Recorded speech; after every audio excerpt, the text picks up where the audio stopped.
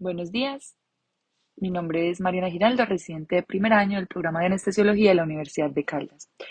El día de hoy hablaremos de un medicamento que es amado por unos, no querido por otros, y por eso he llamado a esta charla Dipirona, manzana de la discordia. Para entrar en contexto tenemos la historia pues, del medicamento. En 1922, este es descubierto por la farmacia Hoechst AG en Alemania con el nombre comercial de Novalgina. Y entre 1930 y 1940 este se populariza a nivel mundial. En 1952 se registra la primera muerte asociada a granulocitosis por este medicamento y debido a este y algunos otros reportes de casos de este mismo incidente, en 1970 se da la primera alerta por granulocitosis por la FDA. En 1977 se prohíbe su uso y venta en Suecia y Estados Unidos. Y entre 1980 y 1990 se dan más restricciones y prohibiciones de este medicamento en diversos países de Europa. En los 2000 se empieza a generar la reevaluación y controversia sobre su uso a nivel mundial. Como podemos ver, dependiendo de los países, pues hay un diferente uso y permiso del uso no de este medicamento. ¿Y por qué es importante esta diapositiva? Podemos ver que este se encuentra prohibido en Norteamérica, Australia, y como sabemos bien, gran parte de la literatura y de la producción científica que nosotros consumimos hoy en día se produce especialmente en Estados Unidos, y como este medicamento está prohibido aquí, perdón, pues la producción científica sobre la seguridad y efectividad, entre otras, de este medicamento no es mucha. Con respecto a la farmacología, sabemos que este medicamento hace parte de la familia de las pirazolonas.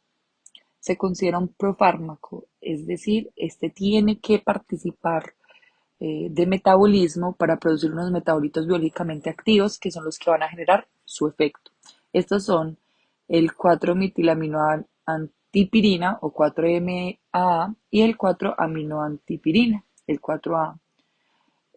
Su efecto analgésico se da entre 20 y 45 minutos después de su administración por vía intravenosa. Tiene una unión a proteínas menor al 60%, su metabolismo es hepática y su vida media depende de su metabolito. El de la dipirona en sí como profármaco es de 16 minutos, pero el de su profármaco 4-MA es de 2.6 a 3.5 horas. Con respecto a cómo funciona este medicamento, tenemos que tener en cuenta que cuando hay lesión tisular, se libera enzima ciclooxigenasa 1 y ciclooxigenasa 2, mejor conocidas como COX. Estas enzimas lo que hacen es que convierten ácido araquidónico, que es un compuesto de la membrana celular, en prostaglandina E2. Cuando esta prostaglandina E2 está elevada, se une a los nociceptores específicos en las terminaciones de las neuronas sensitivas y estos nociceptores se activan, y cuando esto pasa se aumenta la excitabilidad de la neurona o de la terminación nerviosa, y esto hace que responda mucho más fácilmente a cualquier tipo de estímulo, llevando a una sensibilización periférica. Además, estas prostaglandinas a nivel medular lo que hacen es que facilitan la transmisión del dolor hacia el cerebro. Y en el cerebro las prostaglandinas E2 contribuyen a la amplificación de las señales de dolor, y esto se denomina sensibilización central. Teniendo esto en cuenta, hay que entender que la dipirona tiene un mecanismo de acción periférico y central. Por medio de los metabolitos 4-metilaminoantipirina y 4-aminoantipirina se efectúa la acción periférica. ¿Cómo? Por medio de una inhibición de la COX-2, la cual se realiza de manera indirecta, terminando en el bloqueo de la reacción catalítica de la enzima, además de la activación de la vía óxido-nítrico GMP cíclico, lo que lleva a una apertura de los canales de potasio, y esto termina en hiperpolarización de las neuronas primarias nociceptivas. Esto último hace que tenga un efecto de inhibición de los nociceptores y por ende de desensibilización.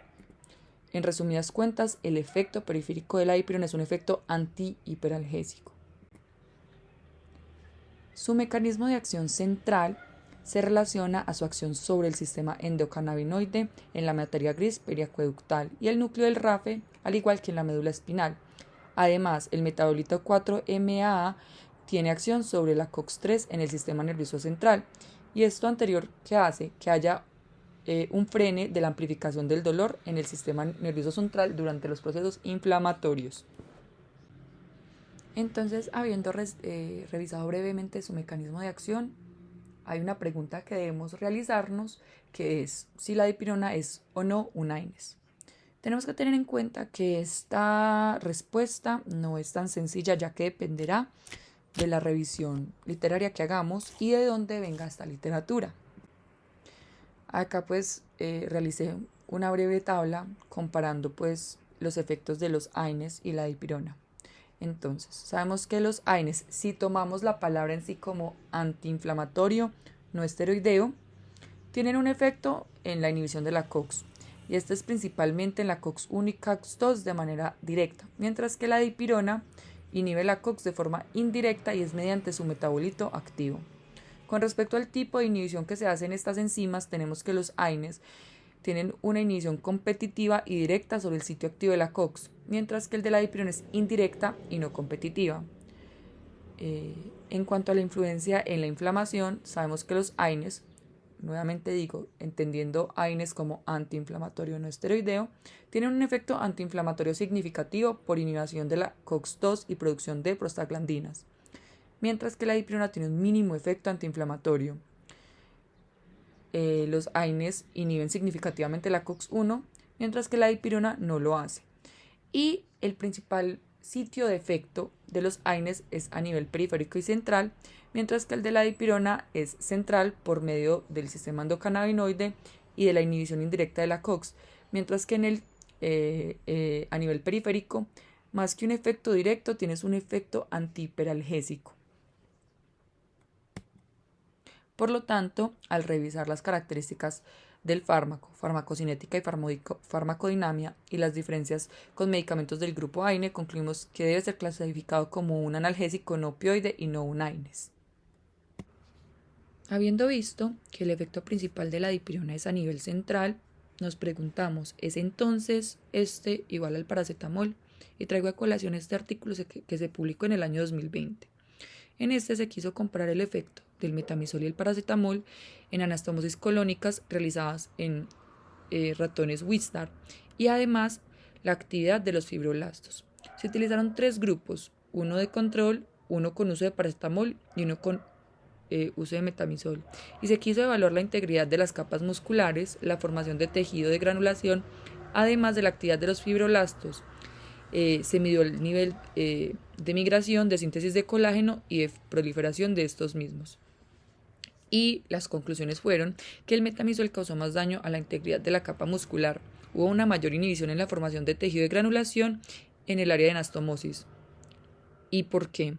Tenemos que entender el metamizol como un inhibidor no selectivo de la COX. Esto, ¿qué efectos tienes? Y es que se interrumpe la formación de prostaglandinas, las cuales son esenciales en la respuesta inflamatoria y por ende en la cicatrización del tejido.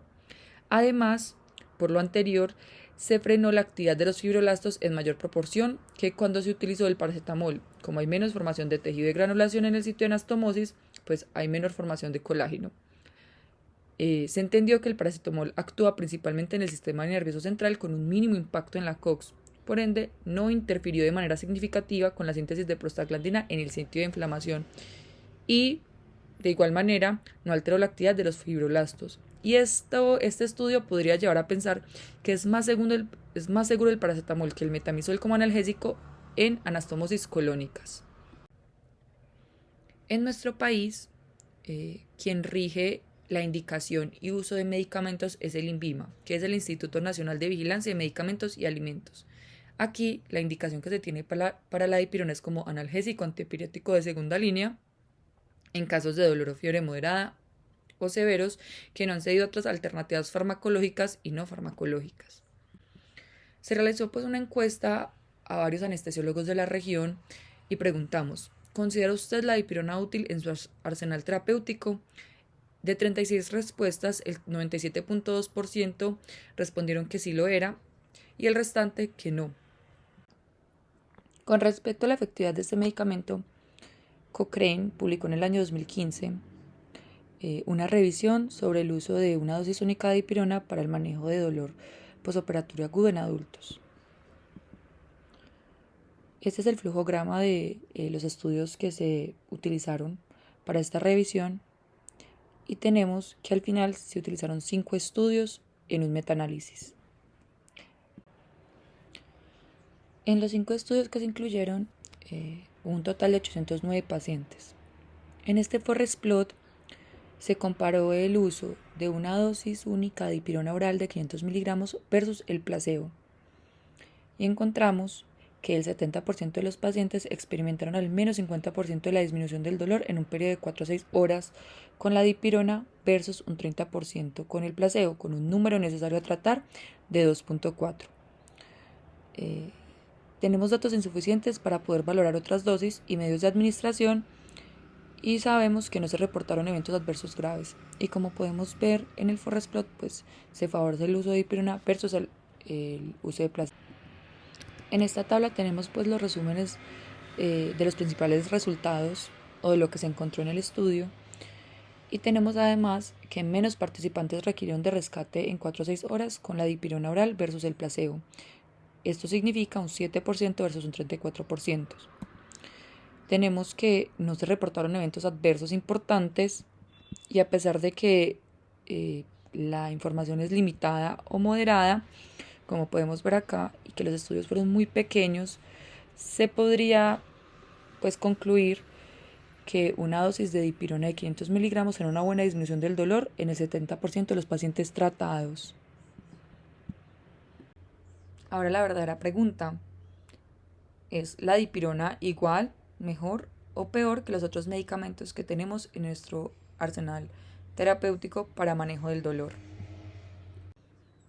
Tenemos esta revisión sistemática del año 2020 de Cochrane con información de 21 diferentes analgésicos de venta libre a partir de 10 revisiones de Cochrane y una revisión adicional diferente sobre ibuprofeno. En esta imagen tenemos el número necesario a tratar para mejorar el dolor en un 50% en un periodo de 4 a 6 horas comparado con el uso de placebo. Y podemos ver bien que acá la dipirona se encuentra en esta barra con un número necesario a tratar aproximado de 2.4, como ya lo habíamos mencionado previamente. Este siendo similar que los medicamentos anteriores y siendo pues superado de manera pues significativa por el ibuprofeno, pero cuando este es combinado con el paracetamol. Acá tenemos una tabla que muestra la tasa de éxito y esta es una manera de medir efectividad entre medicamentos. Se calcula tomando la proporción de participantes que tienen una buena modulación del dolor con los analgésicos menos la proporción de pacientes con mejora del dolor con el placebo y se expresa en porcentaje. Y tenemos una tasa de éxito aproximada, acá en la dipirona, de más del 60% utilizándose únicamente dipirona a 500 miligramos. Y esta es, pues, por decir así, sí superada por ibuprofeno, pero cuando este se combina con el paracetamol, es decir, 2 medicamentos actuando de forma sinérgica. Y como podemos ver, la dipirona supera a medicamentos que tenemos en el arsenal terapéutica, como por decir el naproxeno, el dexketoprofeno, el paracetamol, la aspirina, entre otros.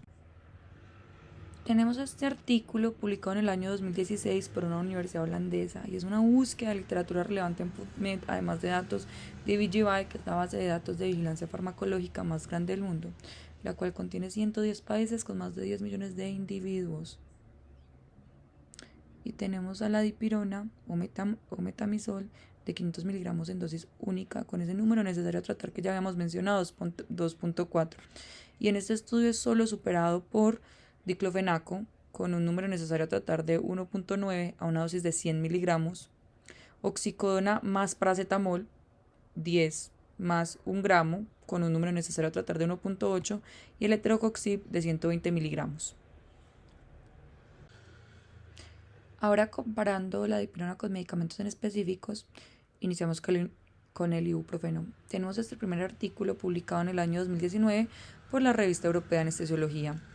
Y esta lo que quiere ver es si la combinación de dipirona más paracetamol no es inferior a la de ibuprofeno más paracetamol en el manejo analgésico en casa de cirugía ambulatoria. Fue un ensayo clínico aleatorizado doble ciego. Se utilizaron 200 pacientes que se sometieron a diferentes tipos de cirugía electiva, de hemorroides, artroscopia de hombro, cirugía de rodilla o herniorrafia inguinal, y se quiso dar manejo ambulatorio con ibuprofeno 600 miligramos 3 veces al día o dipirona 1 gramo 3 veces al día, y ambos grupos tenían además paracetamol 1 gramo 3 veces al día.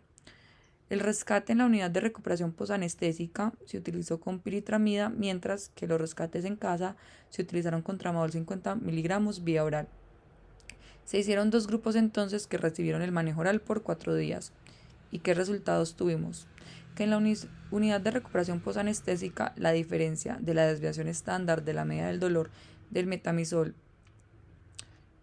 más paracetamol fue de 0.85 a 0.78 desde el primer día hasta el tercero en casa, es decir, no hubo inferioridad.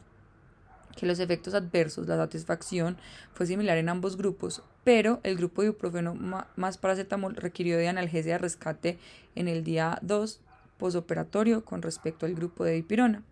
¿Y qué concluimos entonces en este estudio? Que la combinación de paracetamol más metimazol e ibuprofeno más paracetamol son igualmente efectivos en el manejo analgésico posoperatorio agudo. Ahora, comparando la dipirona con el paracetamol, tenemos este estudio.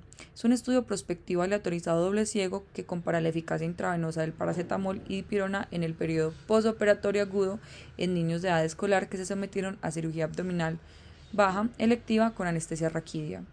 Hubo un total de 60 pacientes y se alocaron en uno de 3 grupos: paracetamol de 15 miligramos por kilo, dipirona de 15 miligramos por kilo o solución salina. Se evaluó el dolor en reposo por medio de una escala análoga del dolor a los 15 a 30 minutos y 1, 2, 4 y 6 horas después de la cirugía. En caso de requerir analgesia de rescate, se utilizó meperidina 0.25 miligramos por kilo. ¿Y qué conclusiones tuvimos? Que es que después de cirugía abdominal baja con raquidia en pacientes pediátricos, se encontró que el paracetamol tiene efectos analgésicos similares a la dipirona y por ende esta puede considerarse como una alternativa. Tenemos además este estudio, que fue un estudio prospectivo randomizado doble ciego que se llevó a cabo para comparar el efecto analgésico del paracetamol o la dipirona intravenosos más una PCA de morfina durante las primeras 24 horas después de artroplastia. Se utilizó un total de 110 pacientes y estos se dividieron en 2 grupos, siendo uno dipirona 1.5 gramos cada 8 horas y el segundo paracetamol 1 gramo cada 8 horas, y se quiso medir el dolor cada hora hasta las primeras 6 horas con escala análoga del dolor.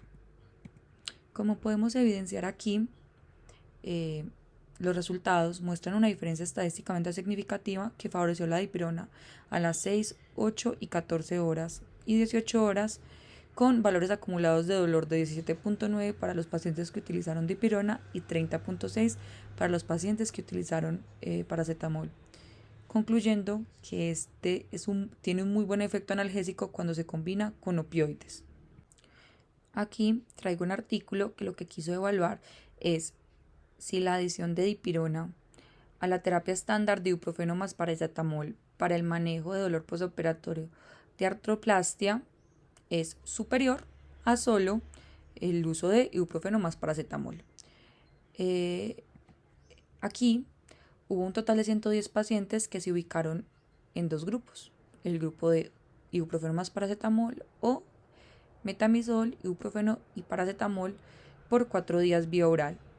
Se utilizó intensidad del dolor en reposo por escala análoga del dolor, uso de medicación de rescate y efectos adversos. ¿Qué resultados tuvo este estudio? No se demostró superioridad de la triple terapia durante el primer día posoperatorio para reducción del dolor posoperatorio. No hubo diferencias estadísticamente significativas en la medida de dolor de ambos grupos y se reportaron más frecuentemente náuseas en el grupo que utilizó dipirona. Por lo demás, los efectos adversos y la satisfacción de ambos grupos fueron similares. En este estudio se concluye que no hay superioridad en el uso de triple terapia versus doble terapia para el manejo de dolor postoperatorio ambulatoria de artroscopia de hombro. Ahora, comparando la dipirona y el tramadol, tenemos este estudio que evaluó la eficacia y seguridad de la dipirona en comparación con el tramadol para aliviar el dolor postoperatorio temprano tras una histerectomía abdominal. Se incluyeron 151 mujeres entre 18 y 60 años que se sometieron a histerectomía abdominal bajo anestesia general. Fue un estudio aleatorizado, doble ciego controlado y multicéntrico. 73 pacientes recibieron dipirona y 78 recibieron tramadol.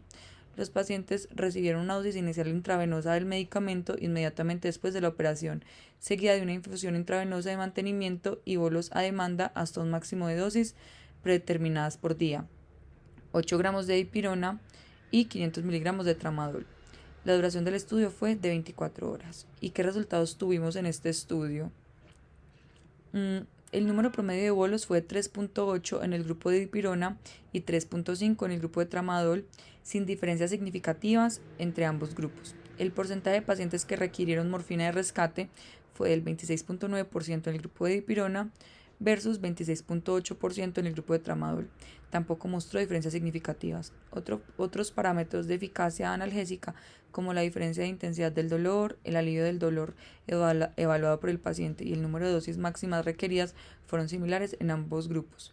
Sin embargo, un porcentaje significativo mayor de efectos adversos gastrointestinales se observó en el grupo de tramadol, siendo este el 42.1%, en comparación con el de dipirona, 20.2%.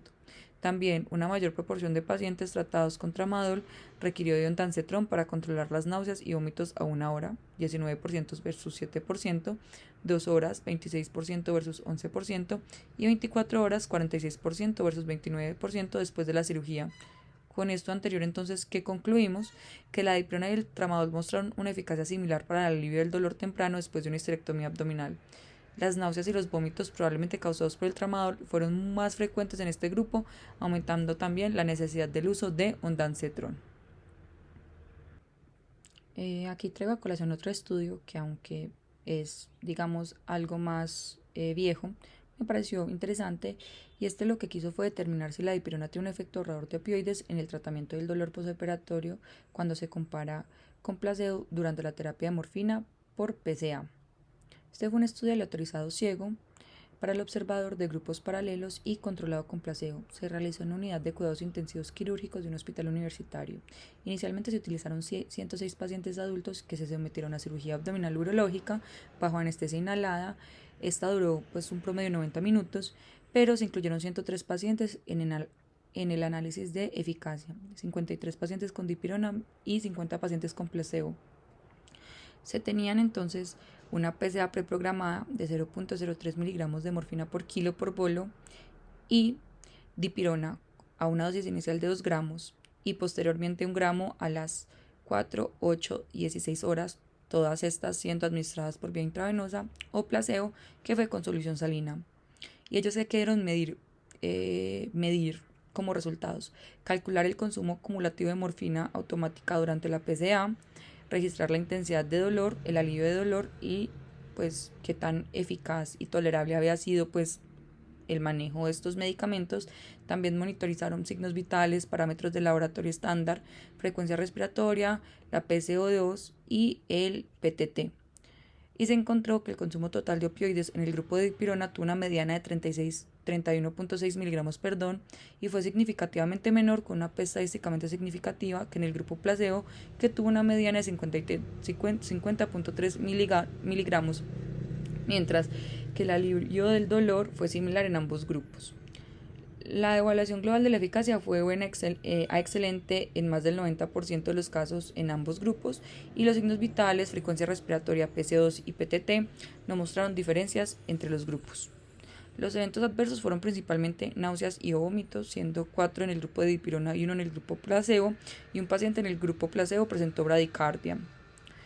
¿Y qué concluimos entonces con este estudio? Que la administración concomitante de dipirona con morfina en demanda por PCA reduce el consumo de opioides mientras mantiene el alivio del dolor postoperatorio con una baja incidencia de efectos secundarios. Y ahora, teniendo en cuenta información de esa base de datos previamente mencionada, el VG Access, tenemos múltiples efectos adversos que se han reportado en la literatura con diferentes porcentajes de incidencia, entre estos las discrasias y los trastornos sanguíneos, los problemas cardíacos, problemas oculares, trastornos gastrointestinales, problemas que se dieron por medio de la administración, problemas con el sistema inmune, problemas renales, psiquiátricos, entre otros. Y otra pregunta que se realizó pues en la encuesta que hicimos fue: ¿ha presenciado, tiene conocimiento de algún caso de granulocitosis inducido por dipirona? Tenemos que las 36 respuestas, el 88.9% nunca ha sabido de una y el 11.1% sí. Entonces, ¿qué es la granulocitosis? Según los criterios de granulocitosis idiosincrática inducido por fármaco, tenemos que esta es un recuento de neutrófilos menor a 500 más presencia de fiebre y o algún signo de infección, un recuento de neutrófilos menor a 100 con o sin infección. ¿Y cuál es el criterio de imputabilidad del fármaco y para establecerse que sea así idiosincrático? Y es que este inicie durante el tratamiento o dentro de los 7 días posteriores a la ingesta previa y recuperación completa con más de 1500 neutrófilos dentro de un mes posterior a la interrupción del medicamento. ¿Cuáles son los criterios de exclusión para este diagnóstico? Y es que el paciente no esté en quimioterapia o inmunoterapia, que no tenga antecedentes de neutropenia congénita, que no tenga una enfermedad infecciosa reciente y que no tenga existencia de enfermedad hematológica subyacente. Acá tenemos pues una lista con múltiples medicamentos de diferentes tipos que se han asociado a granulocitosis idiosincrática. Entre ellos tenemos antitiroideos como el mitimazol, antimicrobianos como macrólidos, cefalosporinas, vancomicina, sulfonamidas, antiinflamatorios como la dipirona, pero no solo esta, la aspirina, la sulfasalacina, anticonvulsivantes como el ácido valproico, la carbamazepina, antipsicóticos como los antidepresivos tricíclicos, la clozapina y diuréticos que utilizamos tan comúnmente como las tiazidas, la furosemida y la espironolactona. En el año 2023 se realiza esta revisión. Básicamente habla sobre la granulocitosis inducida por metamizol, y lo que ellos concluyen es que si el metamizol fuera a administrarse después de cada cirugía en la que cualquier otro AINES estaba contraindicado, asumiendo pues que esta contraindicación es tan alta como el 50% y que la incidencia de granulocitosis es de 1 en 1.000.000, con respecto pues a lo que se ha encontrado en estudios mucho más grandes, y una mortalidad del 15%, en Holanda habría un caso de granulocitosis inducida por metamizol cada 3 años y una muerte cada 20 años.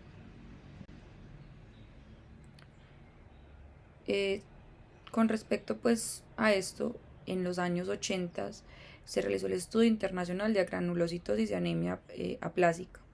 Esta se hizo en Europa e Israel. Se encontraron un total de 221 casos de granulocitosis en 1.435 instituciones que se estudiaron. Se encontró un aumento del riesgo de la presentación de granulocitosis con el uso de dipirona 24 veces mayor, y esto fue especialmente en Berlín, Ulm y Barcelona. Tenemos que el número de efectos adversos y de granulocitosis inducida por medicamentos asociada a la dipirona pasó a ser de 10 casos en 1990 a más de 50 en 2012, pero que un cuarto de estos casos de granulocitosis fueron cuando el medicamento se utilizó off-label. El uso de la dipirona en la población pediátrica fue en 1999 el 4.7%, mientras que en 2008 fue tan alta para llegar al 39.4%. ¿Y esto qué significa? Que hubo menos de 20 millones de dosis de dipirona en el año 1990, esta pasó a ser de 32 millones para el año 2000 y más de 140 millones para el año 2015. Sabemos que con respecto a la presentación de la granulocitosis, la incidencia es muy poco clara y variable según el estudio que se revise. En el EIAA hubo un caso por cada 1.000.000 de usuarios por semana o 6.2 casos por millón por año. En estudios realizados en Berlín, 0.96 casos por millón de habitantes por año entre el 2000 al 2010. En estudios retrospectivos en Suecia, 0.46 a 1.63 casos por millón de personas por día. Y en estudio sueco, que fue en 1999, un caso por 1.439 prescripciones de este medicamento.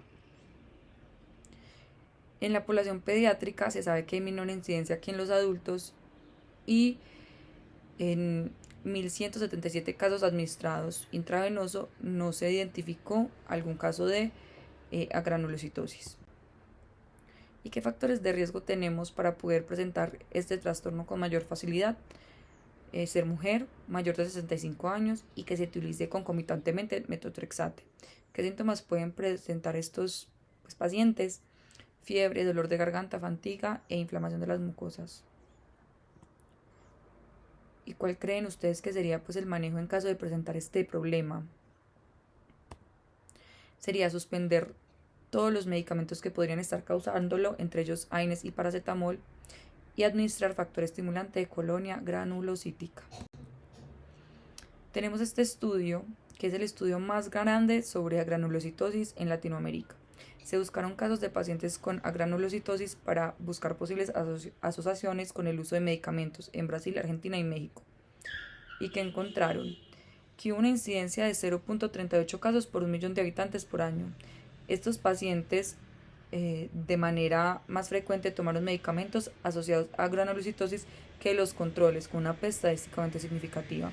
Se ve especialmente con metamizol con un OR 44.2. Y concluyeron que la granulocitosis es poco común en nuestro medio, siendo 0.38 casos por 1.000.000 de habitantes por año. Y como podemos ver, no únicamente se asoció al uso de dipirona, pero también otros medicamentos que nosotros utilizamos con frecuencia: ASB, diclofenaco, paracetamol, furosemida, omeprazol, nifedipino, captopril, entre otros.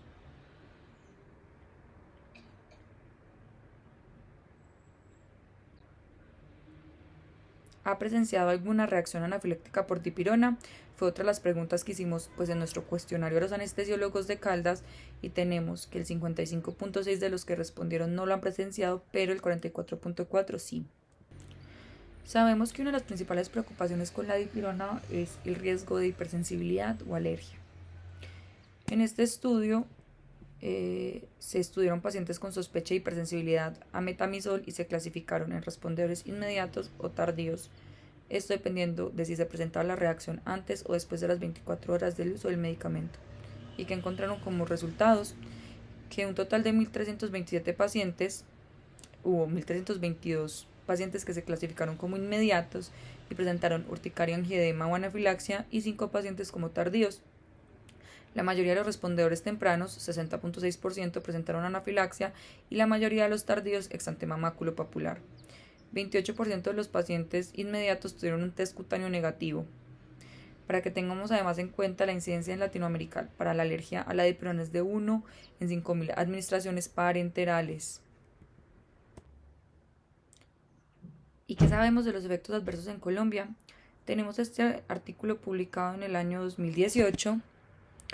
Y aquí vimos que la incidencia de eventos adversos globales fue del 0.3% en un total de 48.496 dosis de dipirona formuladas en un total de 2.747 pacientes. Ningún caso de agranulocitosis se vio y 100% de los eventos adversos fueron no severos. El primer grupo de los pacientes con efectos adversos se conformó por náuseas, vómito, dolor epigástrico, xeroxtomía, astenia, exantema e hipotensión no colapsante. Y el segundo grupo fue conformado por anafilaxia, reacciones asmatiformes, colapso hemodinámico, enfermedad del suero, síndrome de Stevens-Johnson, vasculitis, alveolitis, neumonitis, hepatitis, síndrome hemolítico urémico y agranulocitosis. Y el 100% de los casos que se encontraron de efectos adversos correspondieron al primer grupo. Sabemos que en nuestro medio el Instituto Nacional de Vigilancia de Medicamentos y Alimentos, el INVIMA, para el periodo 2002-2015 reportó 2.499 reacciones adversas asociadas a dipirona, de las cuales 85.2% fueron leves y 14.8% fueron graves. Además, estableció una incidencia del 0.5% para eventos adversos comprometiendo células blancas, el sistema hematopoyético, pero sin describir el tipo de alteración, severidad ni reversibilidad del mismo. Al igual, publicaron 12 casos de mortalidad asociada sin analizar su relación causal con la dipirona. En este artículo publicado en la revista PLOS ONE se utilizaron 79 ensayos clínicos con un total de casi 4.000 pacientes con un uso corto, es decir, menos de 2 semanas del medicamento. ¿Y qué encontramos? Que hubo menos efectos adversos reportados con el uso de dipirona que con opioides. No se encontraron diferencias estadísticamente significativas entre dipirona, AINES, placebo, paracetamol, y no se reportó ningún caso de agranulocitosis o muerte relacionada con el uso del medicamento. Pero tenemos que tener en cuenta que el estudio fue limitado por la calidad mediocre de la mayoría de los estudios que incluyeron, sea porque tuvieran pocas personas o hubieron sesgos relacionados. Y quería traer pues esta tabla en la que se evidencia la razón de probabilidad de reporte para efectos adversos gastrointestinales y renales entre dipirona y el diclofenaco, que es uno de los analgésicos que nosotros más utilizamos en nuestra práctica clínica. Y tenemos que, según la vigilancia epidemiológica, la mortalidad atribuida a la granulocitosis, anemia plástica, anafilaxia y complicaciones gastrointestinales están a favor de la dipirona si se compara mortalidad por efectos adversos con el diclofenaco. Y tenemos que por la dipirona son 25 casos por 100 millones, mientras que con el diclofenaco son 592 casos por 100 millones. Podemos ver acá entonces que la mortalidad relacionada al uso del diclofenaco es muchísimo más alta, al igual que la de la aspirina, que cuando se utiliza dipirona, sí, pues tenemos en cuenta la mortalidad por cualquier causa. Entonces, en la encuesta realizada preguntamos a los anestesiólogos si tenían reparo en su uso en algún grupo poblacional especial y en caso de ser así, que indicara cuál. Entre las diferentes pues, respuestas que tuvimos, traigo acá pues las más como repetidas, y fue ancianos, pacientes con enfermedades o desgracias sanguíneas, maternas, neonatos, mayores de 75 años, pacientes con enfermedad renal, antecedentes previos de alergias, pacientes oncológicos, pacientes jóvenes y pacientes que fueran de descendencia americana o europea. Y ya pues para ir finalizando la charla con respecto a poblaciones especiales, tenemos este estudio publicado en la Revista Europea de Anestesiología que tuvo como objetivo evaluar el uso de metamizol en niños de hasta 6 años sometidos a cirugía con un enfoque en reacciones adversas medicamentosas graves, siendo estas hemodinámicas, anafilácticas, respiratorias o agranulocitosis. Fue un estudio multicéntrico prospectivo donde no hubo intervención y netamente observacional de seguridad, con un total de 1.177 niños de hasta 6 años que estaban entre grupos ASA 1 a 3. ¿Y qué resultados se encontraron? Que la dosis media de metamizol fue de 17.3 más menos 2.9 miligramos por kilo. Y que se observó prurito, hinchazón y exantema en un paciente, que esto equivale al 0.3% del total de los niños analizados. No se reportaron eventos respiratorios adversos directamente relacionados con el medicamento ni signos clínicos de agranulocitosis. Y concluyen que las dosis intravenosas únicas de dipirona para la prevención o tratamiento del dolor postoperatorio fueron bien toleradas en más de 1.000 niños de hasta 6 años, pero ellos hacen pues como la claridad de que el tamaño de la muestra y el seguimiento no fueron suficientes para detectar episodios de agranulocitosis, y que tengamos en cuenta los cambios relacionados con la edad en la farmacocinética de la 4-metilaminoaptipirina, y que estas requieren reducción en la dosis intravenosa basada en el peso en lactantes menores de 1 año con respecto a niños pues, mayorcitos de hasta 6 años, y esto va de 5 miligramos por kilo versus 10 a 20 miligramos por kilo. Para finalizar, traigo esta revisión que se publicó en el año 2024 y tuvo como propósito revisar la evidencia sobre los posibles efectos teratogénicos del uso de dipirona durante el embarazo en múltiples bases de datos, Medline, Lilacs, Cielo, Scopus, Oasis y OpenGray hasta el año 2023. Se incluyeron estudios que compararon mujeres embarazadas que usaron dipirona en cualquier etapa de la gestación con aquellas que usaron otros analgésicos o ninguno. El resultado principal evaluado fue la presencia de cualquier anomalía congénita. ¿Y qué concluyeron? De los 7 estudios que se incluyeron, 4 de casos y controles y 3 de cohortes, con un total de 153.562 participantes, las anomalías congénitas evaluadas variaron, siendo la mayoría no especificadas. 5 estudios no encontraron vínculo entre la dipirona y anomalías congénitas. Un estudio de casos sin controles encontró una asociación con cataratas congénitas y se identificó un alto riesgo de sesgo en todos los estudios, especialmente en la medición de la exposición, el resultado y la evaluación de los factores de confusión, concluyendo que la evidencia actual es insuficiente para determinar el riesgo de anomalías congénitas relacionadas con el uso de dipirona durante el embarazo. Para terminar, traigo estas conclusiones. La primera, la dipirona es un analgésico único con mecanismo de acción que combina efectos tanto centrales como periféricos. La evidencia clínica muestra una alta eficacia de la dipirona para reducir el dolor. Con respecto a la granulocitosis, es un riesgo raro, pero significativo, por lo que es fundamental la vigilancia y el monitoreo para minimizar este riesgo, especialmente en grupos vulnerables, teniendo en cuenta lo que revisamos previamente, que serían pacientes de grupos poblacionales muy específicos como los nórdicos. A pesar de algunas preocupaciones, sigue siendo una opción valiosa en pacientes con contraindicaciones para AINES u opioides. Y quiero terminar trayendo esta cita por Paracelso, que dice: nada es veneno, todo es veneno, la diferencia está en la dosis. Y sabemos que la dipirona sigue siendo una manzana de la discordia. Nos recuerda que cada medicamento tiene un equilibrio entre riesgo y beneficio, y la clave está en comprender su rol en las necesidades específicas de cada paciente. Muchas gracias y feliz día.